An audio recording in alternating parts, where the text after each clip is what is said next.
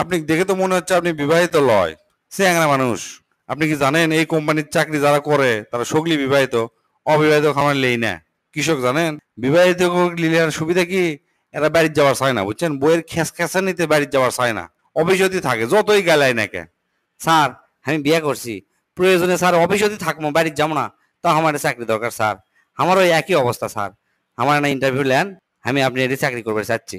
ঠিক আছে আপনি বউ লেটা রচনা করেন, যদি সুন্দর করে কভার পারেন তাহলে আপনি চাকরি কনফার্ম। স্যার খবর পাবো পাবো না মানে, আমার নিজের অভিজ্ঞতা আপনি করছি শোনেন। বউ হচ্ছে একটা গৃহপালিত প্রাণী, এরা গিন্নি নামে পরিচিত। অনেকে গৃহিণী কয়, অনেকে বাড়িয়ালি কয়, এক একজন এক একটা কয়। এরা সাধারণত মানুষের লাগানতেই দেখতে, দুটা হাত আছে, দুটা পাও আছে, লাক আছে, দুটা কান আছে, সবই আছে। তবে জিনগত কারণে মানে এরা চাপা নামে একটা জিনিস বেশি পাচ্ছে, বুঝছেন? চাপাটা হচ্ছে কি, এই বউগুলা পাশের বাড়ির ভাবি কিংবা ধরেন সোল আছে, সোলকলে স্কুলত গেছে, স্কুলত যাতে বসে থাকা লাগে, দেখবেন যে অন্যান্য ভাবিরা আছে, একের সাথে যে চাপাটা মারে মনে করেন জীবনেও কোনো ছেলের দ্বারা সম্ভব নয়। একক যদি হিন্দি সিরিয়াল দেখবার বসবার দেন, তখন যদি কন চলো কেএফসি থেকে তোমাকে মুরগি খিলাই, এরা উঠবেই না, দরকার নাই মুরগি, কিন্তু হিন্দি সিরিয়াল দেখাই লাগবে। এরা স্বামীর সাথে যদি কেসাল লাগে, বুঝছেন, মানে কেসালও যদি জিতবার না পারে, জিতার আগ পর্যন্ত এরা চিল্লাতে থাকবে মনে করেন। মানে স্বামীর মান সমান থাক বা না থাক, বংশের মান সমান থাক বা না থাক, সংগ্রাম চালিয়ে যাবে মনে করেন।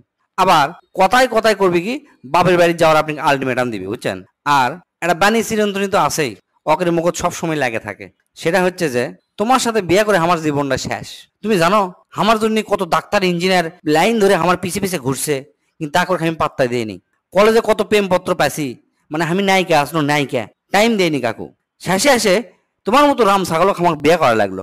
এই ডায়লগ মনে করেন আমার মনে হয় এই পৃথিবী, আচ্ছা পৃথিবী বাদ দিন, বাংলাদেশের 90টা বেড়া চলক এটা শোনা লাগে। আর মিচ্ছানাতেই চোখ দিয়ে যে এত পানি বাড়ায়, মানে ক্যাঙ্কা করে যে এনাতেই কান্দা পারে আমরা তো নিজেও জানি না।